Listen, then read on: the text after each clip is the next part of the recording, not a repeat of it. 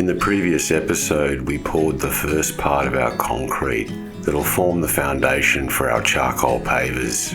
I'm splitting the concrete pour into multiple sessions to make it more manageable for one person to get this volume of concrete in the forms.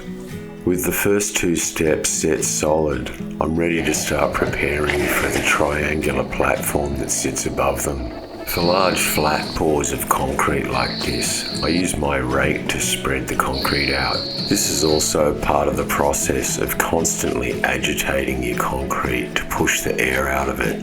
When I've added enough volume of concrete to reach the top of our forms, I start the screeding process, getting all the ingredients to bind together properly in the mixer. Part of my process to achieve this is to add the sand, gravel and Portland cement slow enough for the mixer to do its work without getting any dry pockets in the mix. You come and go like a monsoon rain. You have